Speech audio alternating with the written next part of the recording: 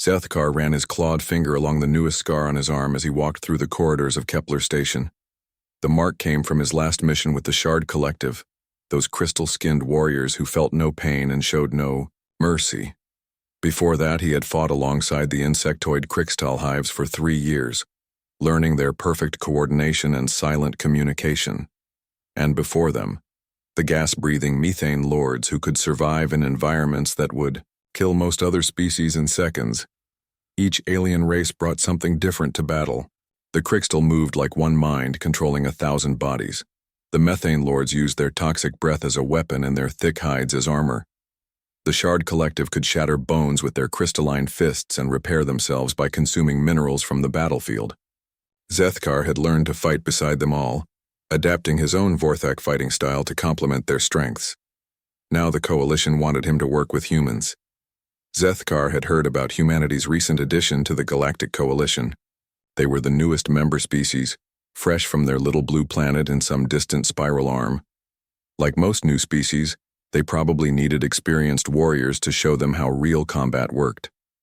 Zethkar had done this before with dozens of other races. Most were eager to learn, grateful for his 47 years of experience across the galaxy. The briefing room on level 7 was smaller than he expected, a dozen chairs arranged around a metal table with displays showing star charts and tactical information. Zethkar arrived early, as was his habit, and settled into a reinforced chair designed for his 7-foot frame and thick scales. The first human to enter surprised him. Captain Jake Morrison was smaller than most species Zethkar had worked with, maybe 6 feet tall with pale skin and short brown hair. No natural armor, no visible weapons, no enhanced physiology. Morrison moved with confidence, but Zethkar had seen confidence before. It meant nothing without the strength to back it up. "You must be Zethkar," Morrison said, extending his hand, in the human greeting gesture. "I've read your service record. Impressive work with the Shard Collective on Rigel Prime." Zethkar clasped the human's hand carefully, making sure not to crush the fragile bones. "Your species is new to coalition warfare. I will teach you what I have learned." Morrison smiled, an expression Zethkar found difficult to read on the flat, human face. "Actually, we're hoping to learn from each other." The other team members arrived over the next few minutes. Lieutenant Amy Brooks was smaller than Morrison, with blonde hair tied back and bright blue eyes that seemed to notice everything. She carried a bag of equipment that clinked softly when she moved. Sergeant Ryan Cole was quiet and calm, with dark skin and steady hands that never seemed to shake. All of them moved differently than other species Zethkar had worked with. Less aggressive, more thoughtful. Morrison activated the main display, showing a 3-dimensional map of an asteroid field in the outer rim. "Our target is a pirate stronghold on mining station Gamma 7. They're holding 12 Coalition prisoners, including Dr. Ben Walsh, a xenobiologist who was studying the local ecosystem when his research ship was captured." This sounded familiar to Zethkar. Rescue missions were straightforward. Find the enemy base, fight through their defenses, extract the prisoners, retreat. He had done it hundreds of times with different species, and the approach was always similar. "Overwhelming force, quick strike, fast extraction. The pirates are from the Hammerfist clan," Morrison continued. "About 200 fighters, mixed species, well-armed but poorly disciplined. Their leader is Commander Kragoth, who runs the operation like a traditional raiding party." Zethkar nodded. This matched what he expected. Pirates were usually former military who had turned to crime, using standard tactics but lacking proper coordination. "We will need heavy weapons and assault gear. The Krixtal taught me that direct attacks work best against disorganized enemies." Morrison looked at his teammates before responding. "We're thinking of a different approach." "Amy, what do you think about the station's power grid?" Brooks pulled up technical schematics on her tablet. "Standard mining station setup, primary reactor, backup generators, distributed power network. The life support systems are tied into the main grid, and they have redundant safety protocols. It would be easy to create complications." "What kind of complications?" Zethkar asked. "The kind that make people nervous," Brooks replied with that same smile Morrison had used. When people get nervous, they make mistakes. Cole spoke for the first time since entering the room. I've been studying pirate psychology reports. The Hammerfist clan maintains control through fear and strength, but they're also paranoid about betrayal from within their own ranks. If we can increase that paranoia, Morrison nodded. Ryan's right. Instead of fighting our way through 200 pirates, we make them fight each other. Lisa Park has been working undercover in their organization for 2 weeks, gathering intelligence and planting seeds. Zethkar felt confused. This didn't sound like any military strategy he knew. Who is Lisa Park? Intelligence officer, Morrison said. She convinced them she was a freelance tech specialist looking for work. Amazing what people will tell you when they think you're on their side. The briefing continued for another hour, but Zethkar found himself more puzzled as time went on. The humans talked about things he had never considered in combat planning. They discussed the psychological profiles of individual enemy leaders, the social dynamics between different pirate factions, and the economic pressures that held the criminal organization together. When other species planned missions, they focused on weapons, armor, and tactics. The humans seemed more interested in why their enemies made certain choices and how to influence those choices. What about equipment? Zethkar finally asked. Weapons, armor, assault gear. Brooks held up her bag and shook it gently. Got everything I need right here. Basic electronics, some chemical compounds, and a few mechanical components.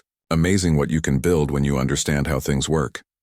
Morrison stood up, indicating the briefing was over. We deploy in 6 hours. Zethkar, you'll be paired with Ryan for the infiltration phase.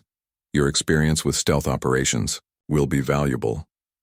As the humans filed out of the room, Zethkar remained seated, studying the mission plans on the display. He had fought beside species that could tear through steel, survive in hard vacuum, and coordinate like a single organism. Each had taught him something about warfare, about using unique abilities to overcome obstacles. These humans had no obvious special abilities. They were weak, soft, and seemed to overthink simple problems. But something about their confidence bothered him. It wasn't the arrogance of inexperience or the bravado of warriors proving themselves. It was the quiet certainty of predators who already knew how the hunt would end. Zethkar touched his newest scar again and wondered what these strange new allies would teach him about war. The mining station Gamma 7 looked exactly like what Zethkar expected from a pirate stronghold. Rough metal corridors, poor lighting, and the smell of unwashed bodies and cheap alcohol. He had infiltrated dozens of similar bases with other alien species, usually through direct assault or stealth penetration. The approach was always the same. Get in, find the prisoners, fight your way out. Ryan Cole moved through the maintenance tunnels beside him with a quiet efficiency that surprised Zethkar. The human medic carried a small pack of equipment but no visible weapons. Instead of the heavy armor most species preferred for infiltration, Cole wore a simple gray jumpsuit that made him look like a station worker. Contact ahead, Zethkar whispered, pointing to a guard post 50 meters down the corridor. The pirate was a Draknari, one of the lizard-like species known for their quick reflexes and nasty tempers. I can take him quietly. Cole held up a yaoi hand, stopping him. Wait, let me try something first. The human pulled a small device from his pack and studied a display screen. After a moment, he nodded and moved forward, staying in the shadows along the corridor wall. Zethkar followed, ready to strike if Cole's plan failed. But the human didn't attack the guard. Instead, he pulled out a thin tube and fired something at the Draknari's neck. The guard slapped at what must have felt like an insect bite, looked around confused for a few seconds, then sat down heavily. Within a minute, the pirate was unconscious, slumped against the wall in a position that looked like he had fallen asleep on duty. Sedative dart, Cole explained quietly. Dosed for Draknari. Physiology. He'll wake up in a few hours with a headache and no memory of the last 30 minutes. His supervisor will think he was drinking on duty. Zethkar stared at the sleeping guard. Why not kill him? Because a dead guard means someone was here. A drunk guard means the crew has discipline problems. Which story helps us more? They continued through the station. and Zethkar began to understand the difference between human tactics and what he had learned from other species. Cole didn't just move through the base. He studied it. The human planted tiny listening devices in communication panels, took photographs of duty rosters, and made detailed notes about guard rotations and security protocols. When they encountered other pirates, Cole used the same sedative approach, leaving a trail of unconscious guards who would wake up thinking they had drinking problems or medical issues. Each incident looked like individual failure rather than enemy infiltration. "Command, this is infiltration team." Cole spoke into his communication device. "Mapping complete. Ready for Phase 2. Morrison's voice came back through the comm. "Understood. Amy, Lisa, you're cleared to begin." Zethkar wanted to ask what Phase 2 involved, but his answer came 15 minutes later when the station's lights began to flicker. The fluctuations started small, barely noticeable, but gradually became more frequent and dramatic. Emergency announcements echoed through the corridors as confused pirates tried to understand what was happening to their station. The artificial gravity cut out for 30 seconds in one section, causing floating debris and panicked shouts. Life support systems began cycling irregularly, making the air alternately too hot and too cold. "What is happening?" Zethkar asked. Cole checked his tablet, which showed a schematic of the station's systems. Amy's insurance policies. She spent 2 weeks studying this place through Lisa's reconnaissance. Every system failure is carefully calculated to create maximum confusion with minimum actual danger. Through his earpiece, Zethkar could hear the chaos spreading throughout the station. Pirates were shouting accusations at each other, blaming different factions for sabotage. Some thought the station's life support was failing naturally. Others suspected enemy infiltration. A few began fighting among themselves over who was responsible for the problems. "This is Lisa," came a woman's voice over the comm. "Faction tensions escalating as planned. Kragoth is demanding answers from his lieutenants. 3 fights have broken out in the main bay. Security response is confused and disorganized." Morrison's voice followed. "Excellent work. Beginning prisoner extraction now." Zethkar realized he had heard no weapons fire, no explosions, no sounds of combat. Yet the pirate stronghold was tearing itself apart from internal chaos. This was unlike any military operation he had experienced with other species. They reached the detention area to find Morrison already there with the prisoners. Dr. Ben Walsh was a thin man with gray hair and intelligent eyes. The other prisoners were a mix of species, all looking confused but grateful. "How did you get here so fast?" Zethkar asked Morrison. "I've been here for 20 minutes, Morrison replied. Lisa provided detailed guard schedules and security codes. The hard part wasn't getting to the prisoners. It was making their disappearance look like something else. "What do you mean?" Morrison showed him a tablet displaying security camera footage. Instead of showing empty cells where the prisoners had been held, the recordings had been edited to show the prisoners being transferred to different locations by pirates who looked like they were following legitimate orders. Anyone reviewing this later will think Kragoth moved the prisoners himself and forgot to update his records. Just another sign that his leadership is becoming unreliable. As they moved toward the extraction point, Zethkar listened to the chaos continuing throughout the station. Pirates were accusing each other of incompetence, sabotage, and betrayal. Equipment failures were creating safety hazards that forced crews to abandon their posts. The artificial gravity problems made normal movement difficult, adding to everyone's frustration and fear. Dr. Walsh walked beside Zethkar during the extraction, looking remarkably calm for someone who had been a prisoner minutes earlier. "Fascinating species, humans," the scientist said quietly. "Most races fight their enemies. Humans turn their enemies' strengths into weaknesses and make them fight themselves." "I do not understand," Zethkar replied. "The pirates' strength was their numbers and their willingness to use violence," Walsh explained. "But humans found a way to turn those numbers into a source of suspicion and make their violence counterproductive. Instead of facing 200 enemies, your team made 200 enemies face each other." They reached the extraction shuttle without encountering a single pirate. The corridors that should have been full of guards were empty, because the crew was too busy dealing with system failures and internal conflicts to maintain proper security. As their shuttle departed from Gamma 7, Zethkar watched the mining station through the viewport. From the outside, it looked normal, undamaged. But inside, he knew the pirate organization was destroying itself through paranoia and confusion that hadn't existed 6 hours earlier. Morrison sat beside him, reviewing mission. Reports on his tablet. Clean extraction. No casualties on either side. Prisoners recovered safely. Intelligence gathered on pirate operations in 3 adjacent systems. No casualties, Zethkar repeated slowly. We defeated 200 pirates without killing anyone.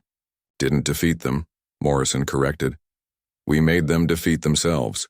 Much more efficient, and it sends a different message to other criminal organizations. What message? Morrison looked at him with that same unreadable smile. That working against the coalition isn't just dangerous. It's unprofitable, unreliable, and ultimately pointless.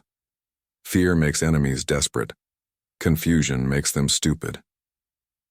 As the shuttle jumped to hyperspace, Zethkar thought about what he had witnessed. He had fought beside species that used superior strength, advanced technology, and natural weapons to overcome their enemies. Each approach had its own logic and effectiveness. The humans had done something different. They had studied their enemies so completely that they could predict and manipulate their behavior. Instead of imposing their will through force, they had convinced the pirates to impose failure upon themselves. For the first time in his 47 years of combat experience, Zethkar wondered if he was beginning to understand what real warfare looked like. The promotion ceremony for Strike Team Alpha took place in the main conference room of Coalition Fleet Command, 3 weeks after the Gamma 7 operation.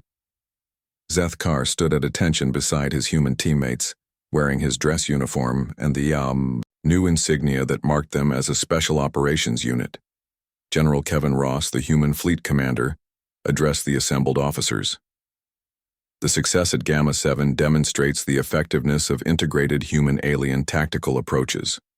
Strike Team Alpha will now handle priority missions requiring specialized solutions. Zethkar noticed how the general paused before saying, specialized solutions, as if choosing his words carefully.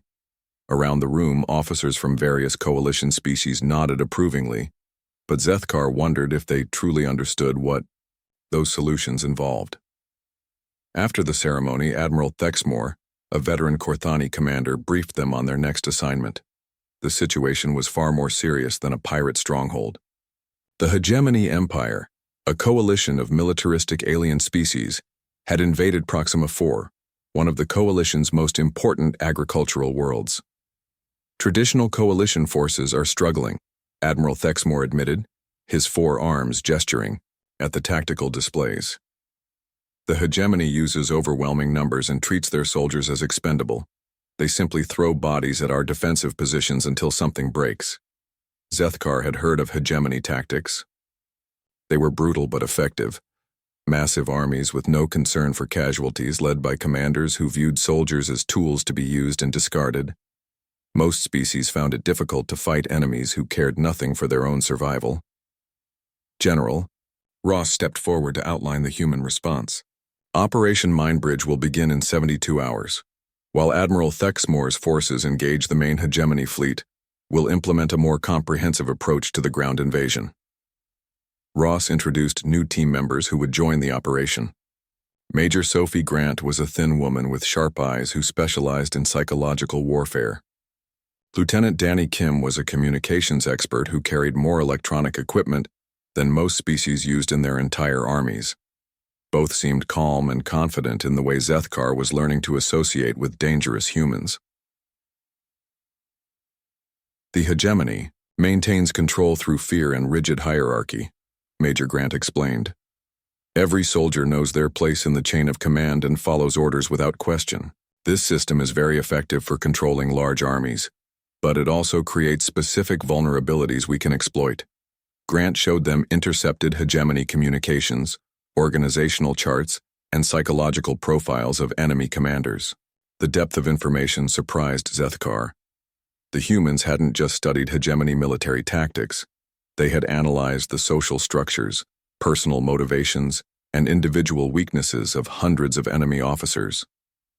Phase 1 involves communications disruption, Lieutenant Kim said, but not the kind most species use. Instead of jamming their signals, we're going to modify them. Small changes to orders, slight delays in confirmation messages, subtle alterations that make it seem like different commanders are giving conflicting instructions. Amy Brooks opened her equipment cases, revealing devices Zethkar had never seen before. Phase 2 is equipment modification. We won't destroy their weapons and vehicles. We'll make them unreliable in ways that look like poor maintenance or manufacturing defects. Morrison outlined Phase 3. Local resistance coordination, but instead of typical guerrilla attacks, we'll stage incidents that make it appear different hegemony units are attacking each other accidentally. Major Grant smiled as she described Phase 4. Information warfare aimed not at enemy soldiers, but at their families. We'll broadcast details about how hegemony commanders live in luxury while sending troops to die in pointless battles. Nothing false, just inconvenient truths delivered at psychologically optimal moments. Zethkar listened to the plan with growing unease. This wasn't military strategy as he understood it. The humans weren't preparing to fight the hegemony invasion. They were preparing to dismantle the enemy's ability to function as a coherent organization. The operation began exactly as outlined. Lieutenant Kim and his communications specialists infiltrated hegemony networks with such skill that enemy units began receiving contradictory orders within hours. The modifications were subtle. A patrol route changed by a few kilometers, a supply, delivery delayed by 30 minutes, ammunition specifications altered slightly. From orbit, Zethkar watched the hegemony forces through surveillance drones as confusion spread through their ranks. Commanders tried to contact their superiors for clarification, only to receive messages that seemed to contradict previous orders. Units began moving in circles, unable to confirm which instructions were legitimate. Amy Brooks led sabotage teams that infiltrated enemy positions with impossible stealth. Instead of explosions and destruction, equipment simply began failing at the worst possible moments.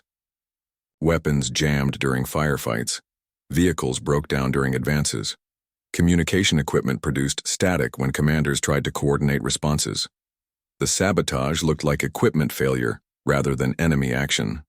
Hegemony maintenance. Crews found evidence of poor manufacturing, design flaws, and inadequate quality control. Their own industrial base appeared to be betraying them. Jake Morrison worked with Proxima 4 resistance groups, but the operations he coordinated were unlike any guerrilla warfare Zethkar had seen. Instead of attacking hegemony patrols, resistance fighters staged accidents that made it look like different enemy units were firing on each other. A hegemony convoy would be attacked by fighters using captured enemy weapons and equipment. Survivors would report being fired upon by troops in hegemony uniforms using hegemony vehicles. When investigators checked, they would find evidence supporting the survivors' stories. Shell casings from hegemony weapons, vehicle tracks from hegemony transports, even communications intercepts showing enemy units in the area. Major Grant's psychological warfare proved the most disturbing aspect of the operation. She didn't target enemy soldiers with propaganda about coalition strength or hegemony weakness. Instead, she broadcast information about the personal lives of hegemony commanders. Families back on hegemony worlds received detailed reports about how their military leaders spent their days. Luxurious meals, while troops ate rations. Comfortable quarters while soldiers slept in trenches. Safe command posts while units faced coalition fire. All of the information was accurate, gathered through intelligence operations that had penetrated the highest levels of enemy leadership. The psychological impact was devastating. Hegemony soldiers began questioning why they were dying for commanders who risked nothing themselves. Morale collapsed as troops realized their sacrifice meant nothing to the officers making strategic decisions. Zethkar participated in what should have been conventional combat operations, but found himself witnessing something unprecedented. During a battle for a strategic hill, he watched Ryan Cole treat wounded hegemony soldiers with the same medical care he provided to coalition troops. "Why do you help them?" Zethkar asked as Cole bandaged an injured enemy soldier's wounds. "Because when they recover, They'll remember that we showed them mercy when their own commanders abandoned them, Cole replied calmly. And they'll tell other soldiers what they experienced. 3 days later, those same soldiers surrendered and provided detailed intelligence about hegemony battle plans, troop movements, and command structure weaknesses. They didn't just defect, they actively worked to help coalition forces defeat their former comrades. The battle for Proxima 4 continued for 2 weeks, but the outcome became inevitable after the first few days. The hegemony army didn't retreat or suffer military defeat. It simply stopped functioning as an organized force. Units refused orders they couldn't verify. Equipment failures made coordinated attacks impossible. Soldiers surrendered rather than fight for commanders they no longer trusted. The invasion collapsed not through superior coalition firepower, but through the systematic destruction of everything that held the enemy army together. Standing in the ruins of what had been the hegemony command center, Zethkar watched human technicians cataloging captured equipment and documents. They weren't just studying enemy weapons and tactics. They were analyzing organizational methods, communication protocols, and decision-making processes. Morrison found him there, reviewing reports on his tablet. Successful operation, minimal coalition casualties, maximum intelligence gathered, and the hegemony has lost an entire army group. You didn't just defeat them, Zethkar said slowly. You studied them. Every battle teaches us something, Morrison replied. The Krixtal taught us about hive coordination. The Shard Collective taught us about pain tolerance. Your people taught us about honor-based motivation systems. Now we understand how the hegemony thinks and operates. Zethkar felt something cold settle in his chest. Knowledge for future battles. Morrison nodded. Knowledge is the only weapon that gets stronger every time you use it. As coalition forces secured Proxima 4, Zethkar realized that humans didn't just fight wars. They collected them, turning every conflict into data for understanding how other species made decisions under pressure. The truly terrifying part was how efficiently they had done it. The final battle for New Harmony, Proxima 4's capital city, began 3 days after the hegemony's orbital fleet retreated. Overlord Kethran, the supreme hegemony commander, had committed everything remaining to one massive ground assault. Intelligence. Reports indicated over 50,000 enemy troops advancing on the city in what military analysts called a desperate last stand. Admiral Thexmore expected traditional siege warfare. They'll surround the city, bombard our defenses, then assault with overwhelming numbers, he told the command staff. We should evacuate civilians and prepare for urban combat. General Ross disagreed. We're not going to defend New Harmony. We're going to turn it into a laboratory. Zethkar attended the final planning session in the Coalition Command Center, watching as humans transformed what should have been a desperate defensive battle into something that made his scales crawl with unease. The entire city was being evacuated, not for civilian safety, but to create a controlled environment. Dr. Helen Carter, a human xenopsychologist who had arrived with additional research staff, explained the operation with clinical detachment. Every building in New Harmony now contains monitoring equipment. Cameras, microphones, motion sensors, chemical detectors. We'll track every hegemony unit's movement, record every command decision, and analyze every tactical choice in real time. Captain Tony Miller, commanding the human armor units, showed them deployment maps that looked nothing like defensive positions. Instead of fortifying key points, coalition forces were positioned to guide enemy movements into specific areas where observation equipment could collect maximum data.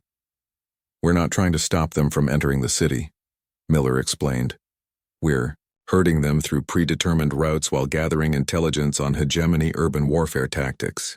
Colonel Rick Hayes, leader of the Human Special Forces, outlined the psychological component of the operation. Every action the hegemony takes will be recorded, analyzed, and used to predict their next move. We've created detailed behavioral models of every enemy commander based on months of observation. Soon we'll know what they're going to do before they do. The battle began at dawn with hegemony forces surrounding New Harmony in a perfect textbook formation. Overlord Kethran deployed his troops exactly as human analysts had predicted, using standard siege tactics that had worked successfully for his species across dozens of previous campaigns. What Kethran didn't know was that every aspect of his assault had been anticipated and prepared for. As hegemony units advanced through the city's outer districts, they found resistance that felt wrong. Coalition forces weren't fighting to hold territory. They were fighting to guide enemy movements into specific areas. Zethkar accompanied one of the human observation teams as they monitored the battle from a concealed position. Dr. Carter sat surrounded by displays showing real-time data from throughout the city, troop movements, communication intercepts, behavioral analysis, and predictive models. Kethran just ordered his 3rd Battalion to flank through the industrial district, Carter reported calmly. Predicted probability was 87%. The 41st Regiment will attempt to secure the power station within the next 12 minutes. Morrison checked his tactical display. Confirmed. Enemy units moving exactly as modeled. Tony, adjust your position to maintain optimal observation angles. Captain Miller's voice came back over the comm. Roger that. Herding them toward observation point 7. They think they're outflanking us, but they're walking into our best sensor array. The horror of what Zethkar was witnessing became clear as the battle continued. The humans weren't fighting to win or lose, they were fighting to learn. Every hegemony tactic, every command decision, every soldier's reaction was being documented and analyzed. When enemy units captured what appeared to be strategic positions, they found themselves in areas perfectly designed for surveillance. When they retreated from coalition attacks, they withdrew along routes that maximized human intelligence gathering. The entire battle was being choreographed to extract maximum information about how the hegemony made decisions under pressure. The breaking point came when Colonel Hayes initiated direct psychological warfare against Overlord Kethran himself. Instead of general propaganda broadcasts, Hayes transmitted a personal message to the hegemony commander on his private communication frequency. Overlord Kethran, Hayes said calmly, as if speaking to an old friend. You're currently positioned in Building 77 Alpha, 3rd floor, northeast corner room. Your tactical options are limited to either reinforcing the power station assault, which will fail because we've mined the approach routes, or attempting to break through our lines in the government district, which will fail because we've predicted your likely assault vectors. Zethkar watched Kethran's response through intercepted video feeds. The hegemony commander looked around his command post in obvious shock, checking windows and defensive positions. Hayes continued speaking with the same calm tone. Your family estate on Hegemony Prime features a traditional meditation garden that you visit every morning before reviewing intelligence reports. Your youngest offspring recently began training at the Imperial Military Academy, where instructors noted his tendency toward tactical innovation rather than following established doctrine. Your personal concerns about this war include doubts about whether the territorial gains justify the casualty rates among veteran units. The psychological impact was devastating. Kethran began issuing frantic orders to his communication staff, demanding to know how coalition forces had obtained classified personal information. The fact that humans knew intimate details about his private life and family meant their intelligence penetration was far deeper than anyone had suspected. Dr. Carter monitored the enemy commander's stress responses through biosensors that had been secretly deployed in his command area. Elevated heart rate, increased vocal stress patterns, decision-making speed declining significantly. He's beginning to doubt his ability to make reliable tactical choices. Hayes delivered the final blow with surgical precision. Overlord, your strategic dilemma isn't military, it's philosophical. You've built your career on the assumption that superior numbers and willingness to accept casualties guarantee victory. But what happens when your enemy understands your decision-making process so completely that numbers become irrelevant? Hegemony forces began showing signs of command structure collapse within hours. Kethran's orders became increasingly erratic as he tried to make decisions that the humans couldn't predict. But every choice he made only provided more data for their behavioral models. Units received contradictory instructions as their commander second-guessed himself. Attacks were launched and then recalled. Defensive positions were abandoned and then reoccupied. The hegemony army began to fragment as individual commanders lost confidence in their orders. Zethkar confronted Morrison about what he was witnessing. "This isn't warfare, this is something else." Morrison looked up from his displays, which showed detailed psychological profiles of hundreds of enemy officers. "Every species we fight teaches us something new about conflict. The Krikstal taught us about coordination under stress. The Shard Collective taught us about pain tolerance and recovery patterns. Your people taught us about honor-based motivation systems. Now we're learning how the hegemony command structure responds to uncertainty. You're treating them like laboratory subjects." "We're treating them like a learning opportunity," Morrison corrected. "Every decision they make, every reaction they show, every tactical choice they consider becomes part of our knowledge base for future conflicts." The battle ended not with coalition victory, but with hegemony surrender. Overlord Kethran contacted Admiral Thexmore directly, requesting terms for his forces' withdrawal from Proxima 4. The hegemony army was intact and capable of fighting, but their commander no longer believed he could make effective decisions against an enemy that seemed to read his mind. Dr. Carter presented her preliminary analysis to the command staff as hegemony forces retreated to their transport ships. Complete psychological profile compilation for senior hegemony leadership. Detailed tactical preference mapping for 3 major species within their military hierarchy. Comprehensive data on decision-making patterns under various stress conditions. The scientist report continued for 30 minutes, listing the intelligence gathered during the battle. The humans hadn't just defeated the hegemony invasion. They had dissected it, cataloged it, and added it to their growing library of knowledge about how other species conducted warfare. Standing in the empty streets of New Harmony, Zethkar watched human technicians dismantle their monitoring equipment. The city showed remarkably little damage despite hosting a major battle. Most of the fighting had been carefully managed to avoid destroying the surveillance infrastructure. Morrison found him there as the cleanup operations continued. Successful operation, complete intelligence gathering with minimal casualties and maximum data collection. "You didn't fight them," Zethkar said slowly. "You experimented on them."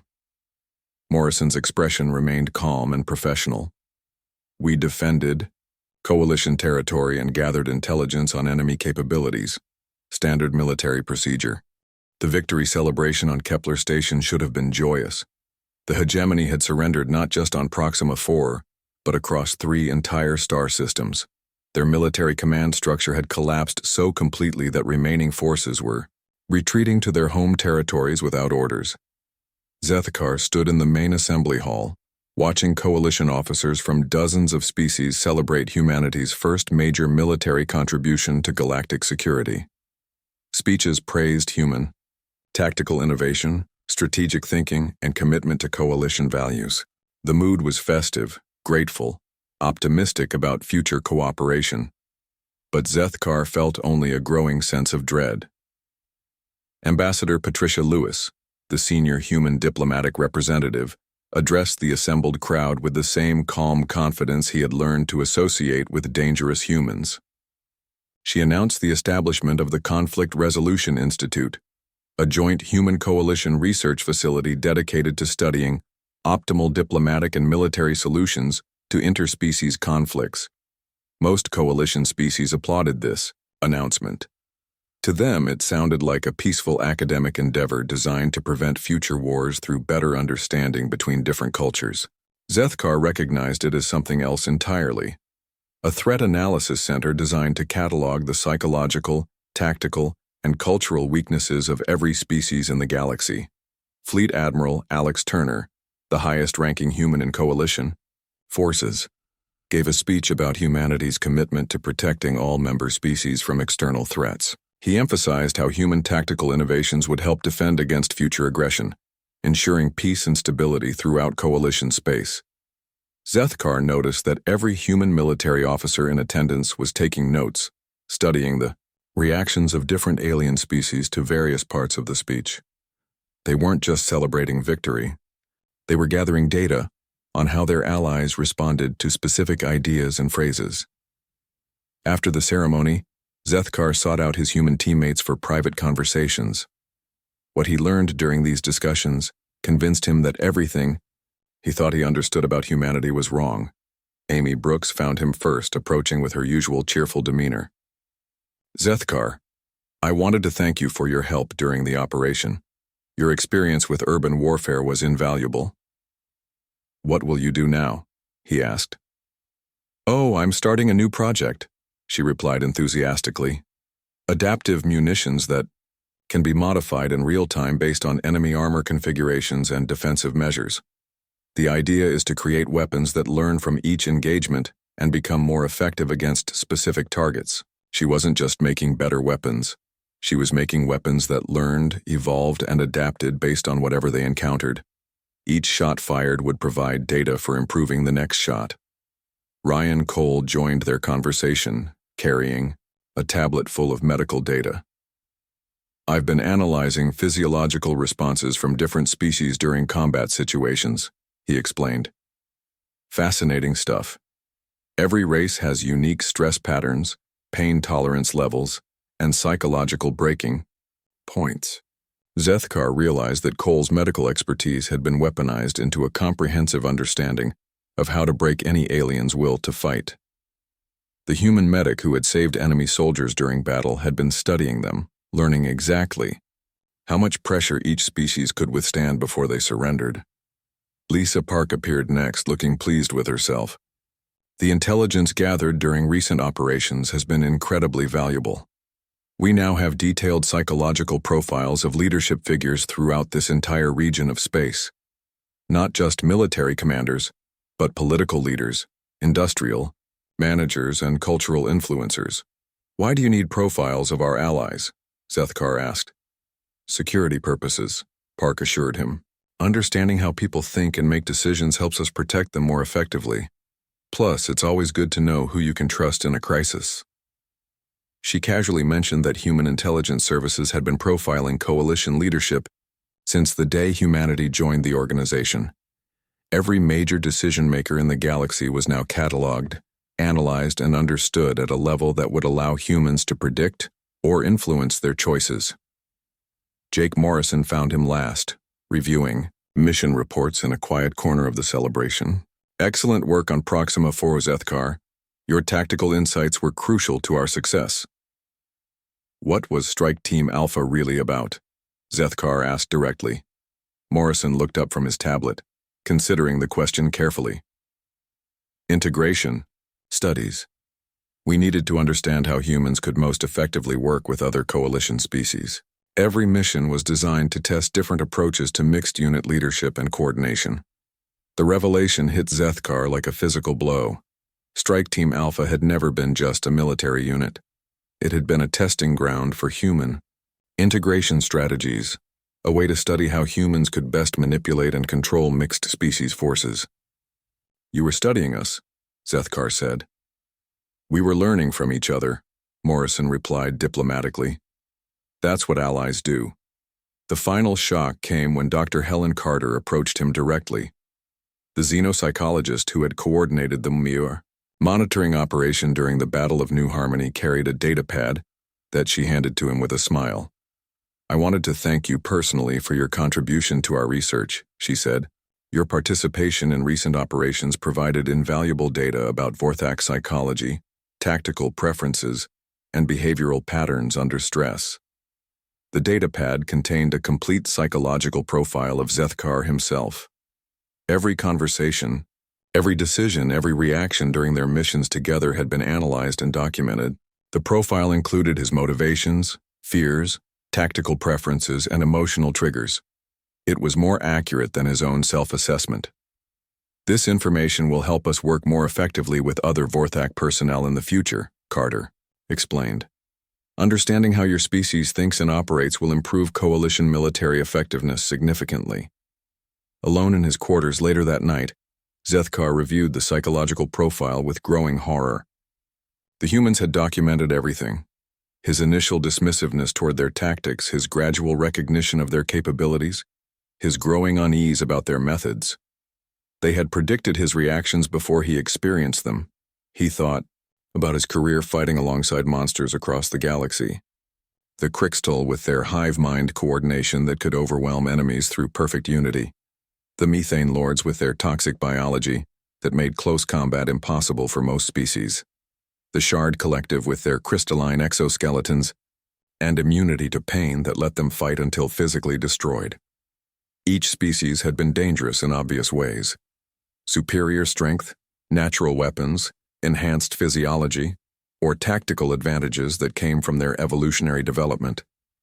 You could see their capabilities, understand their limitations, and plan accordingly. Humans were different.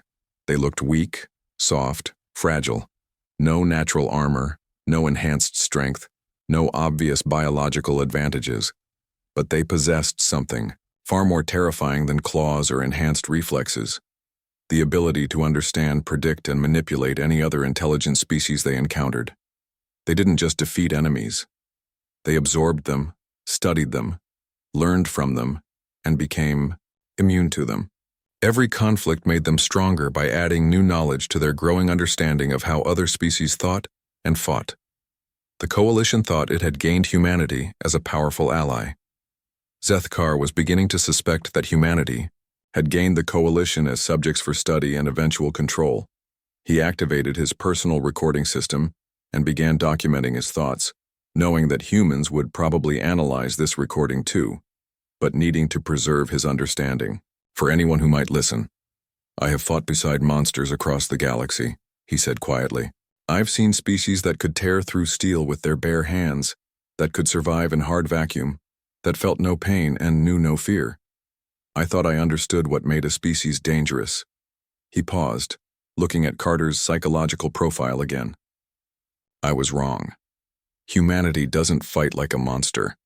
Monsters are predictable. They rely on strength, speed, or natural weapons. You can understand a monster's capabilities and plan accordingly. Humans fight like the galaxy's apex predator. They don't just defeat you. They understand you so completely that resistance becomes meaningless. They turn your strengths into weaknesses, your allies into enemies, and your own mind against you. They make you want to surrender not because you can't win, but because you realize that fighting them only teaches them how to defeat others like you. The Coalition thinks it gained humanity as an ally. I'm beginning to suspect that humanity gained the Coalition as subjects for study, because the most terrifying predator isn't the one that overpowers you. Zethkar looked directly into the recording device. It's the one that makes you grateful to be consumed. He ended the recording and settled back in his chair, scales still, crawling with the realization of what humanity truly represented. They weren't just another species joining the galactic community. They were something new, something that treated intelligence itself as a weapon and understanding as a form of conquest.